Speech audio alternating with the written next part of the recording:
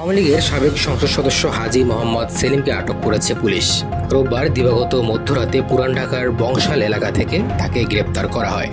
ঢাকা মহানগর পুলিশের ডিটেকটিভ ব্রাঞ্চের যুগ্ম কমিশনার রবিউল ইসলাম ভূঁইয়া এই তথ্য নিশ্চিত করেছেন। পুরান ঢাকার লালবাগ ও চকবাজার এলাকা নিয়ে গঠিত ঢাকা ৭ আসনের সাবেক সংসদ সদস্য হাজী সেলিম দীর্ঘদিন আওয়ামী লীগের রাজনীতির সঙ্গে জড়িত ছিলেন। তিনি আওয়ামী লীগের প্রার্থী হিসেবে প্রথম সংসদ সদস্য নির্বাচিত হয়েছিলেন ১৯৯৬ সালে তৎকালীন ঢাকা ৮ আসন থেকে।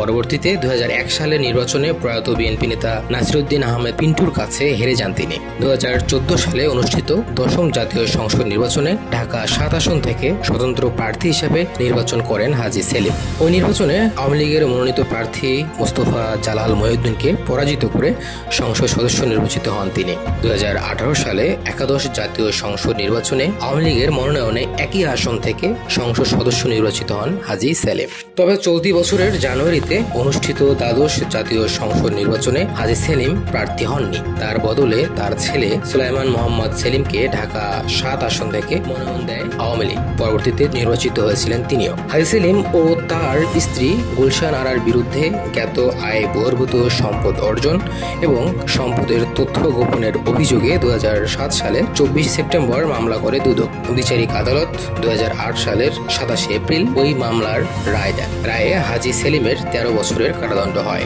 ২০২২ সালে ওই মামলায় হাজী সেলিমের ১০ বছরের কারাদণ্ড বহাল রেখে রায় দেন হাইকোর্ট। পরে আদালতে আত্মসমর্পণ করেন তিনি। এরপর কিছুদিন কারাভোগের পরে ২০২৩ সালের জানুয়ারিতে উচ্চ আদালত তাকে জামিন দেন।